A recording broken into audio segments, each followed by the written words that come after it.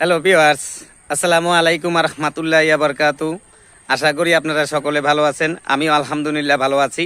তবে আরেকটি নতুন গাছ আপনাদের মাঝে আমি আজকে দেখাতে চলেছি। মরুয়া বা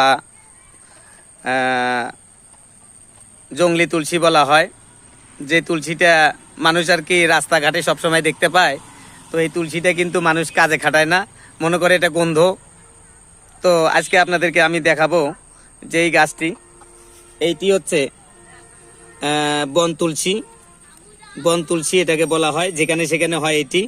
এটা ফুল ফল, এগুলো হচ্ছে ফল, এর ভিতরে আছে বীজ। তো বীজ দেখানোর চেষ্টা করব আপনাদেরকে, আমি